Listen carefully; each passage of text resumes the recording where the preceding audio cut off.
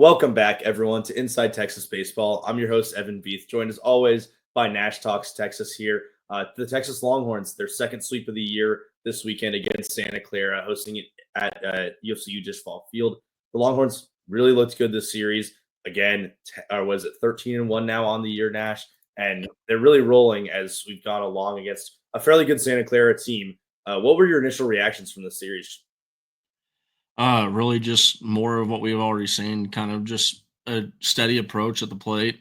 They have put an emphasis on wanting to see strikes. You've actually heard Sloss kind of talk about, hey, I'm okay with them taking a swing at the first pitch, right? But I want you all to take good at bats, and that's the number one key because the statistics don't lie. You see more pitches, the better you're going to do in those at bats later on, and that goes to those crooked numbers that we were talking about previously.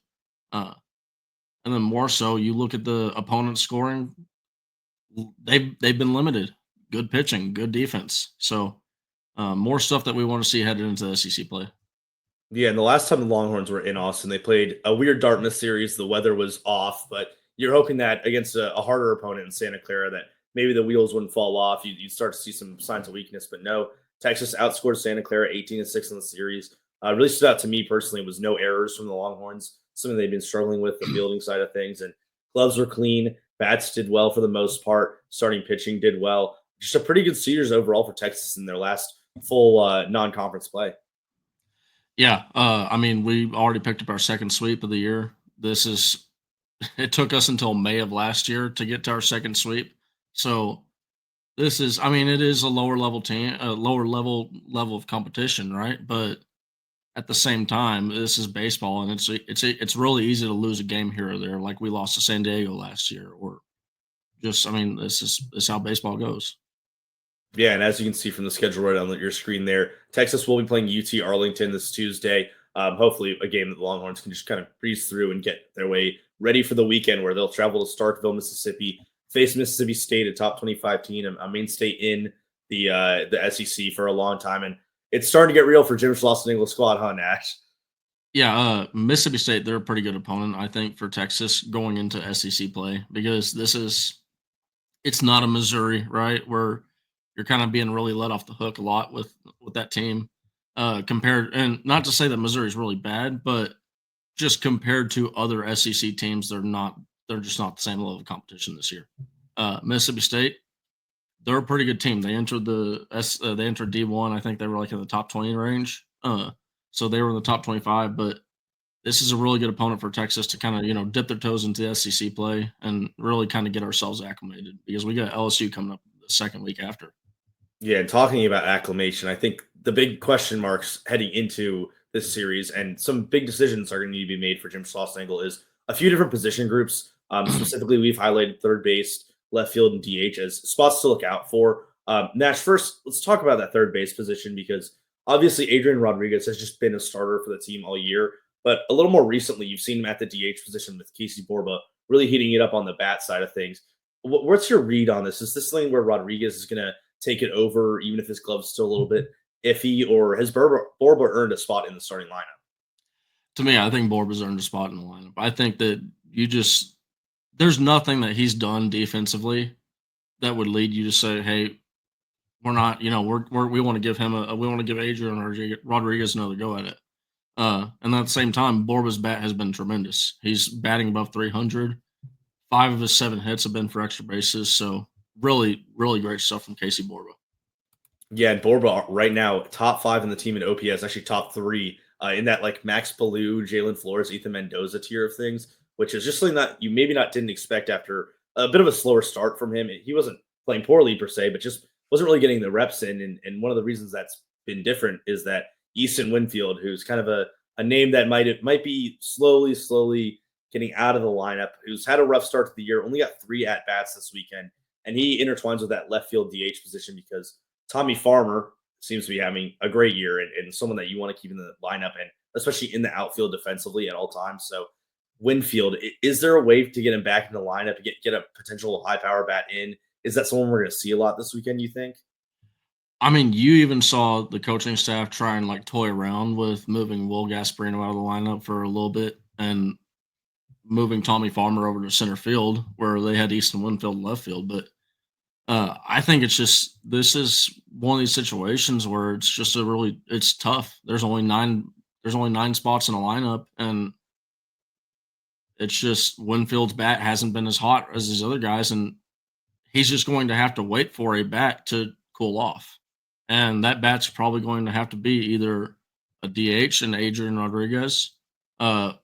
Casey Borba would have to probably fall into a slump, or you'd have to have Tommy Farmer obviously fall into a slump, or even Will Gasparino. But again, this is no. I think the way that we really should be looking at this is just the depth that we have. If we were to suffer an injury or there's an illness or something, somebody's got to miss a weekend for some reason, Texas can do that, and they can still put it Easton Winfield is a D1 level starter easily. Yeah, I think one thing that's important, and our readers would have already seen this week, is your article kind of talking about the champagne problems that Schlossnagel has. Is you have 10 guys on your team that are true starters in this game, and he's been kind of trying to force Cole Chamberlain.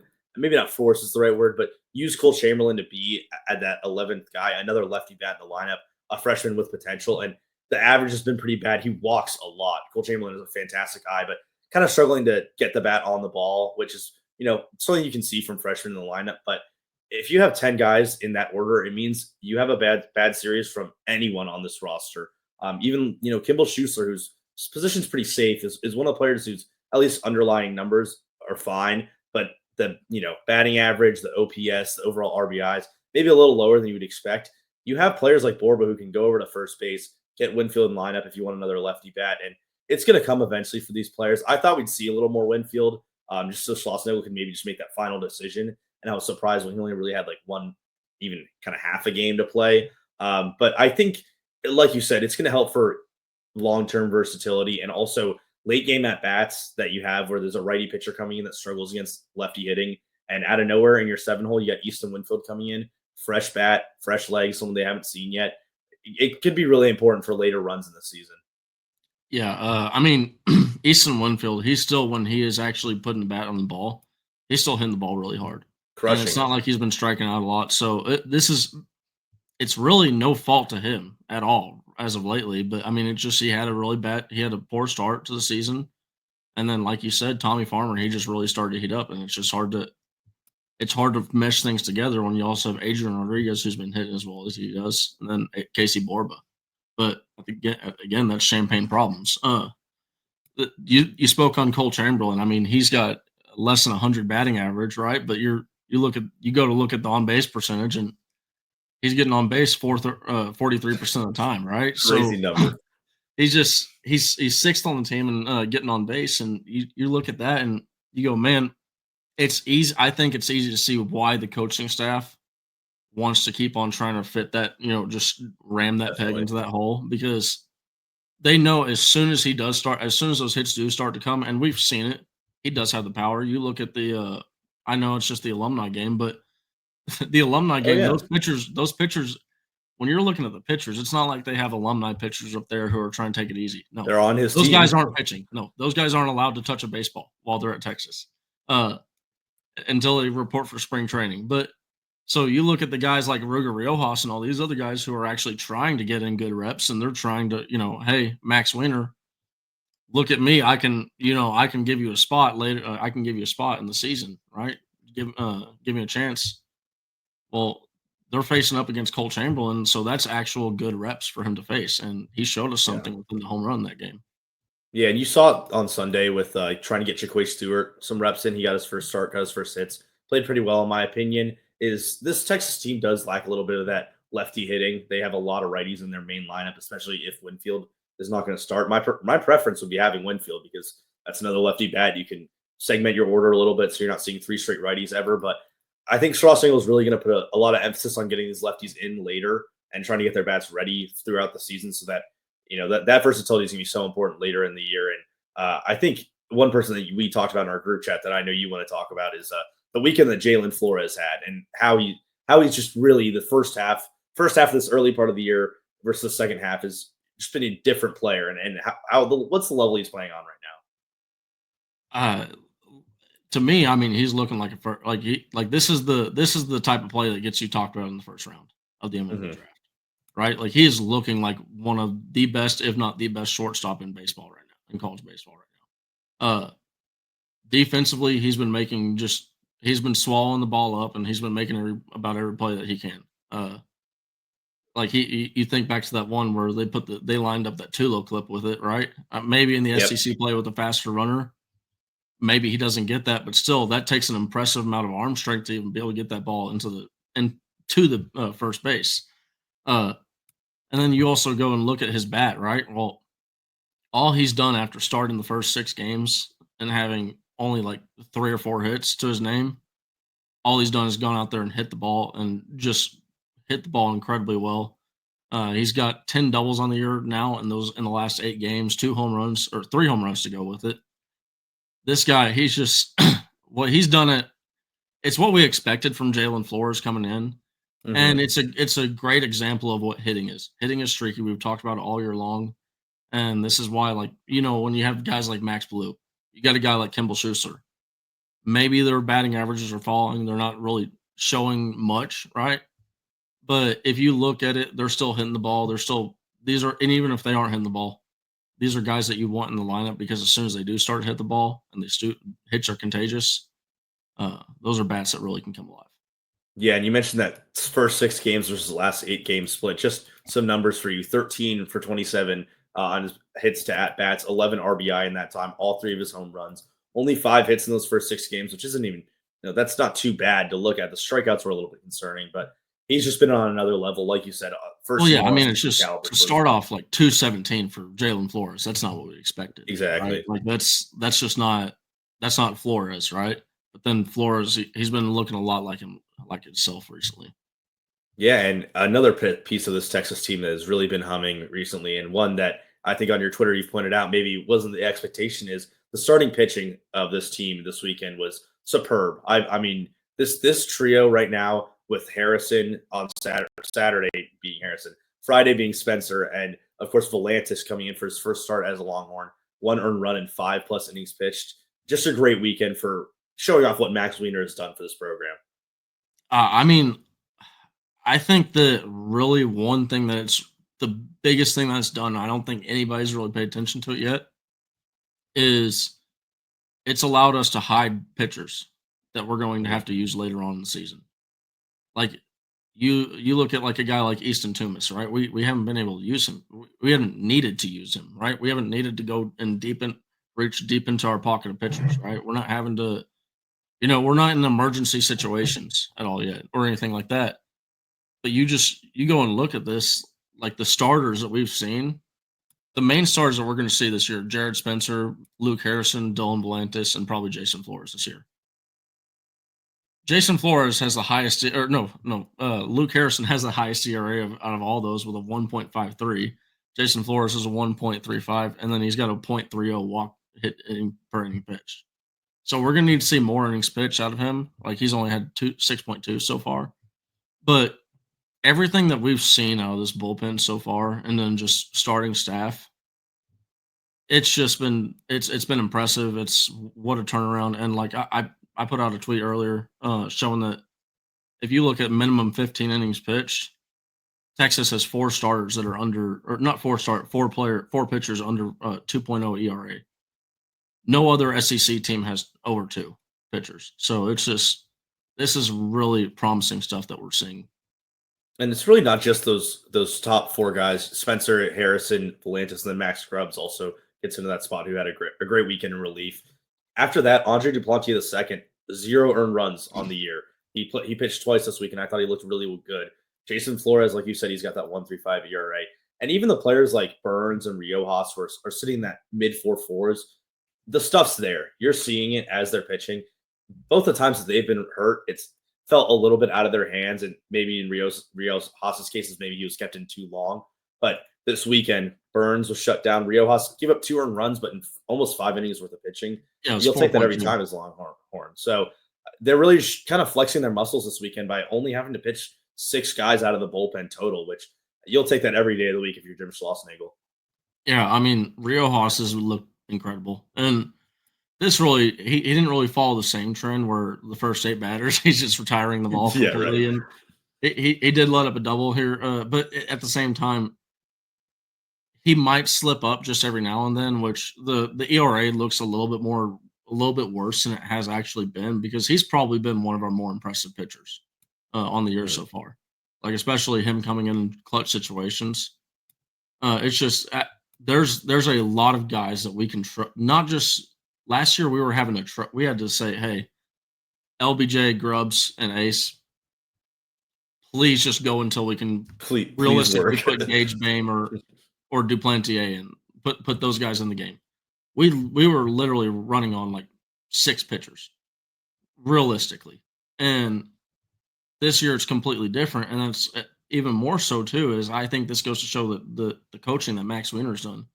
A lot of these names are the same guys that like almost like a Hudson Hamilton. He's looked really good in the Yeah. short time that we've gotten to see him, and this also goes to show, hey, maybe there's guys like Easton Tumas and all these other guys who are going to look really good for us. We just haven't had a chance to see them yet because you got guys like Dylan Valentis who are looking that good. Yeah, and a returner this year who I think I mentioned right there a little bit, who's gone under the radar, who was good last season, but Max Grubbs is one of the best pitchers on the staff, and he's not going to start this year. I don't think that was ever the plan for Jim Schlossnagle. He would have presented a little more when we asked early in the season at the media. He didn't mention his name at all, and then you ask again, he's like, "Hey, Max is going to play a role.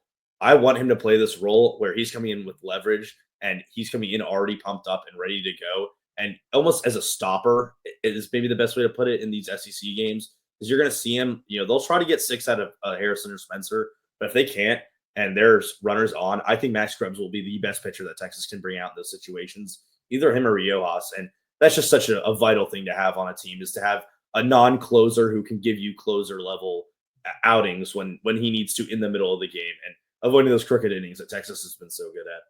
Well, and we've even used him as a closer before. I mean, like he is. I just mentioned in my article published just a little bit ago before this video. He is a jack of all trades for this team, right? Like you said, he's probably not going to start.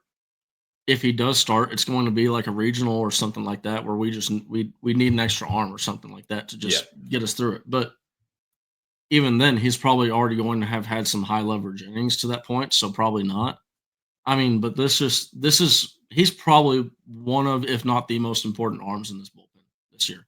The level of experience, like you said, I think that you word perfect. He's gone under the radar last year. I think that I think he was a little bit underappreciated for what we were seeing out of him, uh, because he was really being asked to do something that he should not have done last year. Agreed. He was being asked to go like 7 innings a game, and he was giving us consistently like 4 innings, 3 innings, just of great work, and then he would just it'd get touched up towards the end, and then our bullpen couldn't handle it and just kind of fell apart. I think that he is, like you said, he's going to handle a bunch of high leverage outings this year. Mm-hmm. Just the importance of having a guy like Max Grubbs cannot be understated. And you also look at his approach on the mound; it just matches that exact role, right? Yeah, he's not. If every pitcher were to operate like Max Grubbs, the pitching clock would have never become a thing, right? He gets up there, he gets the ball, like he's basically attacking the ball, right? And he's saying, like, I want to go, right? Like, give me the sign, I want to pitch again. Like those are the guys that you want out there on the mound. And Schloss is in the dugout, absolutely loving that. He loves the guys who throw the strikes, and he loves the guys who just no nonsense, getting out of the inning as fast as I can. And even though Schlossnagle's not exactly known for his quickness of games, but he's just a true Longhorn pitcher. Is where you're at. Almost kind of give you the Michael Taft of baseball vibes. We can't really crown him quite like that, but just seems like a true like gritty player who's just there to be there when you need him and be an important face in this locker room. Yeah, just guy and he just loves the Longhorns. Like he's one of these guys. So 100%. And I think Connor, that leads us right into us hearing from our sponsor, Laura Baker. Hi, I want to tell you about Laura Baker. If you're looking for a new home in the 512 or even at this point, let's face it, 737 area code, there's only one number to call. That's Laura Baker at 512-784-0505. As a member of the elite Andy Allen team with Keller Williams, Laura has helped Longhorns find the home of their dreams in Central Texas. Just ask our resident sex symbol, Ian Boyd, who moved all the way from Michigan to Texas with Laura's help. Laura can help you find what you're looking for in the 512, the 737, or even parts of the 254 and the 210. Just, give her a call at 512-784-0505. Her email is in the description as well as the rest of her contact details. She's a friend. Give her a call. Maybe we should have compared him to Laura Baker instead of Michael Taft, because that reliability cannot be matched, Max. Now, this weekend, Nash, we have Mississippi State in Starkville, Mississippi. The Longhorns are facing their first ever SEC conference series. SEC ball, just in general, is going to be a doozy. Look at this schedule right here. It really is just peak athletics in college sports in so many. Now that basketball is being dominated by the SEC, it's like what isn't the best SEC or where a sport where the SEC isn't the best conference. You're seeing here. A lot of eyes will be on that Florida-Tennessee matchup. What a game that will be, kicking off on Friday. 3 other ranked matchups in total. And Texas, Mississippi State. I believe the Bulldogs are 11-4 on the year, if I have that number correct. They are 11-4. A really notable team that's been good over the past 5 years or so. Nash, what's your read on this series heading away? I mean, one, just looking at this schedule, holy crap! Like absurd. Like, you can go and look at I know Connor's probably getting mad at me right now, but you can even go and look at like a Georgia who's playing Kentucky, and Kentucky's probably should be a top 25 team. It's just what you said, like SEC is absurd. This is what we're getting ourselves into, man, and this is crazy. But yeah, going into Mississippi State, this should be a, like I said, perfect series to kind of dip our toe into the water in. Because you look at this, like every other series is going to have a ranked matchup in it. And man, honestly, outside of Missouri, like because South Carolina, they're a pretty good team. Kentucky, they're a pretty good team. We're going to play them later. Missouri, this is probably one of the easiest draws that we could have had. And 100%. While also still giving us some level of competition. And, they're not a bad team. You go to look at Mississippi State's schedule, they only have 4 losses on the year, but one of those losses is to a team that we beat, Oklahoma State. They lost 9-7 against them. So maybe that's something to be said there. But you look at this, like most of their lineup is like just about every lineup you're going to see with SEC play, just filled with hitters hitting in the 300, 400 range, right? They got dudes that can pitch. So this is welcome to the SEC. 100%. The Nash Talks Texas versus Missouri beef will just continue throughout the show. You'll never hear him say a good word about the Tigers. Well, I don't think there is anybody that says a good word about the Tigers in the SEC. It is like a sore thumb in the otherwise pretty much 15 deep conference. Like maybe A&M is joining them after these results recently, but yeah, of course, Mississippi State, one of the few. We'll talk afterwards. We got to beat them first. We got to beat them first, man. Exactly, yeah. But they are one of the few unranked teams. Probably are one of the 25 best teams. If you're just talking about pure talent, pure skill. Only 1 loss at home this year of their 4 losses. A close game against Troy that they lost in the 9th inning. That happens to teams. You'll drop a game out of nowhere like that. So that's why it's so impressive that Texas is 13-1 at this point. But yeah, the Longhorns. We talked about solidifying that lineup. Talking about solidifying that pitching group. Are there any other factors or specific things you're looking out for this weekend to maybe that might be a key factor or a reason that Texas will win or lose a game? Not really. I mean, there's not really much more that we can, especially we're not going to see anything that's UTSA that's going to make me jump out of my chair and go, hey, yeah, that's why I think I do think that we're probably going to have we're probably, in my opinion, I think we're probably going to sweep, right? And that's just because of my confidence in our starting pitchers that we have to go out there. I'm really confident that we're going to go out there and win the series versus Mississippi State, but this is a home game, or not the home. This is an away game in the SEC. They have a very good stadium. I mean, that thing can be packed like 16,000. There's going to be a lot of Mississippi State fans there for this game. Texas is coming in. I know this doesn't show the current rankings. Texas is coming in ranked 11. They would love for nothing more than to give Texas a welcome to the SEC. Hey, y'all only won one game, or we just swept you at home. Like he just said, Troy's a good baseball team, right? Especially this year. They're one of those mid majors that's pretty typically a good baseball school, and so for that to be their only loss at home, that's not bad, right? Like I said, this is not a team that is going to really be bad or anything like that, but they're a pretty good test for Texas going to the SEC. I just, yeah, it's hard for me to say that there's something different, that I could see anything that would make me feel different going into this. Because even then, the most of the guys that we're going to see in the midweek game versus CT Arlington, they might not play versus Mississippi State.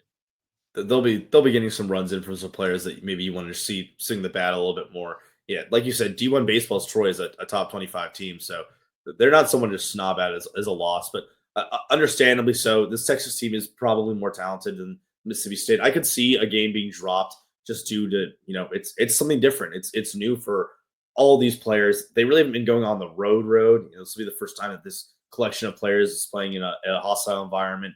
It is the SEC country, so there's a lot that can be going on here. I think the big things I'm looking out for as just an observer of this team is how are these younger players really going to react to the elevated level of play?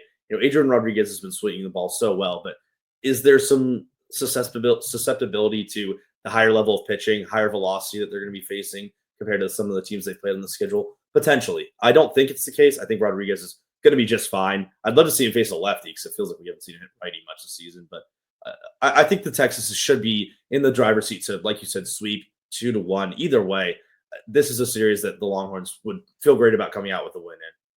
Oh yeah, I mean, and I think I misunderstood your question a little bit earlier.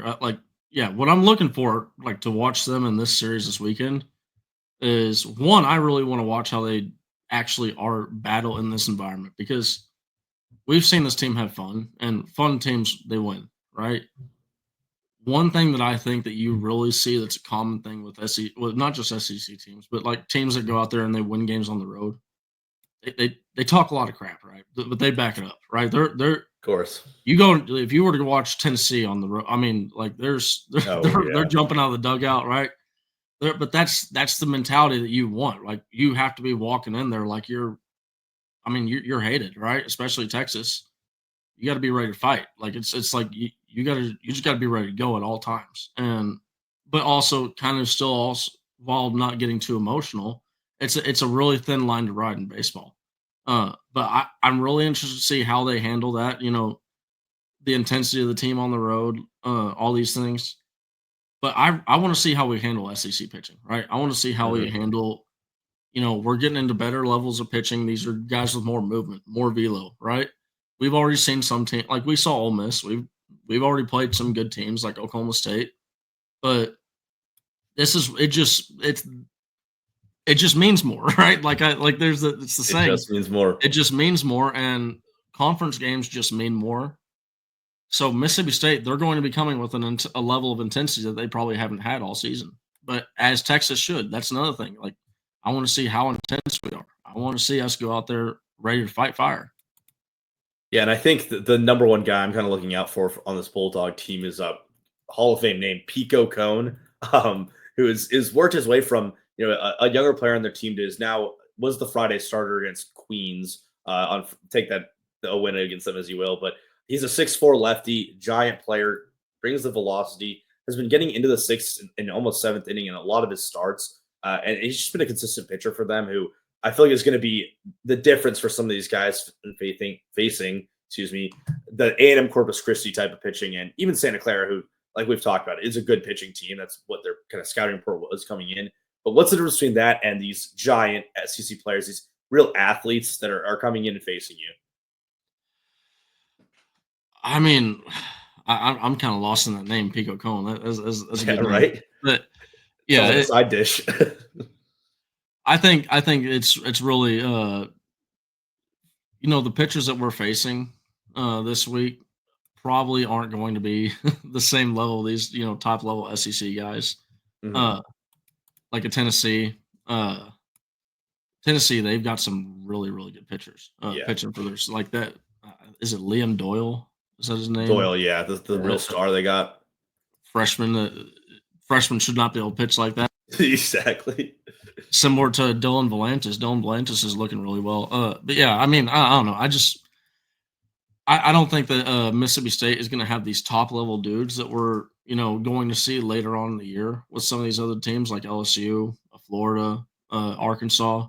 But I do think that they are going to give us a really good test. Heading in to go play some of these big teams that are coming. We're lucky that we get a lot of these big teams at home. Yeah, I mean, Texas has gotten a good draw with their schedule. They've done their work in the pre-conference play, winning some places that's they've struggled in MLB ballparks, and that has brought them all the way up to, as if you want to show off the rankings page, Connor, to a spot where Texas is really in a wheelhouse of ability and in a spot where maybe preseason we were questioning a bit of that perfect game, which we kept talking about throughout the weeks, them being very high on the Longhorns. But now even D1 Baseball, who's been conservative with the rankings, says Texas is a top 12 team, and Baseball America has got them in the top 10 nationally. This progression has just been beautiful for the Longhorns. What do you take from these rankings right now? I mean, I think the biggest takeaway for me is that we've earned every last little gain that we've gotten, because this is a team that if we were to drop a couple of games here or there, and say we have 3 losses, we may be sitting at number 15, right? Like, I think people are waiting for excuses, like waiting for a reason to either keep Texas where they are or drop them, right? And all we've done is battled that, because if you look at this, I mean, if Texas had come into the season ranked number 10, I think D1 Baseball would probably have us around the 6 range or something like that. Mm-hmm. Like that, 100%. And it's just I just keep going back to the word earned. This team has earned every last little thing that's been given to them so far, and I think it goes to the mentality that, like, it's a similar mentality. If you remember that video on Twitter where Jim Schlossnagle, he was on the post-game press conference after the Las Vegas tournament, and he was saying, when there's a championship to be won, we want to win it. We don't care if it's Globe Life champion, right? SEC champion, national champion. If there's a chance to win a championship, we want to win it. And I think that there's a competitive mindset to be said about this Texas team and this Texas baseball club. And it's just, I keep thinking about the Augie Garrido quote. Winners are treated differently, and then also the winning the pride and winning tradition of Texas will not be entrusted to the weak nor the timid, right? And that's like, this team really just embodies those 2 quotes. Yeah, and that pride and tradition is written on their cleats. It's something that Kimball Schuessler really kind of honed in his early season talks and what he was saying.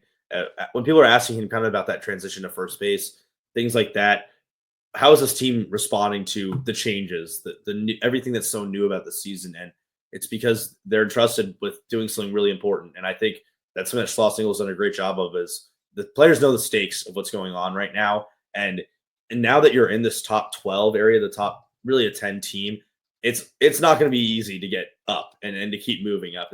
That transition from, the 12th to 25th team, 15th to 2015, it's a little easier to find slips in those cracks and have a few good weekends, and suddenly you're the 14th team in the nation. But what's really going to test Texas is, in 3 weeks, where are they at?